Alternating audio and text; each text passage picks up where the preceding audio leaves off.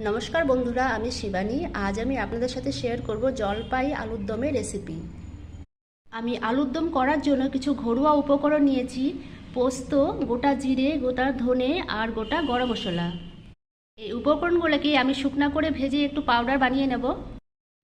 পাউডারটা বানানো হয়ে গেছে। নিয়েছি কাজু বাদাম, চাল মগজ আর কাঁচা লঙ্কা। আমি একটা পেস্ট বানিয়ে নেব। পেস্টটা বানিয়ে নিয়েছি। তো সবার প্রথমে আমি আলুগুলোকে প্রেসার কুকারে একটা সিটি মেরে নেব।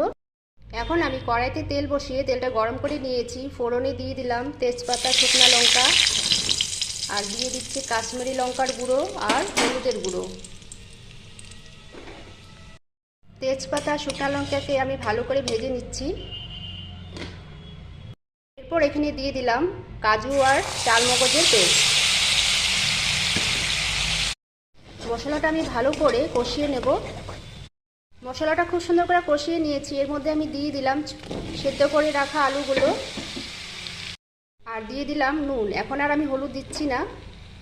এরপর আমি যে পাউডারটা করেছিলাম সেই পাউডারটা আমি এর মধ্যে দিয়ে দিলাম। দিয়ে ভালো করে কষিয়ে নিব আরও 2 মিনিট। আমি মশলার সাথে আলুগুলোকে খুব সুন্দর করে কষিয়ে নিয়েছি। এখন এর মধ্যে দিয়ে দিলাম পরিমাণ মতন জল দিয়ে আমি 5 মিনিট ঢাকা দিয়ে দেব। 5 মিনিট পর ঢাকনাটা খুলে দিলাম আর এর মধ্যে আমি এখন দিয়ে দিলাম স্বাদ মতন চিনি। গ্রেভিটা আমার প্রায় হয়ে গেছে। আমি এখন এখানে দিয়ে দিচ্ছি গরম মশলার গুঁড়ো আর সবশেষে ঘি দিয়ে আমি নাড়াচাড়া করে নামিয়ে নেব। হয়ে গেল আমার জলপাই আলুর রেসিপি। বন্ধুরা, রেসিপিটা যদি আপনাদের ভালো লেগে থাকে অবশ্যই লাইক আর কমেন্ট করবেন। নমস্কার।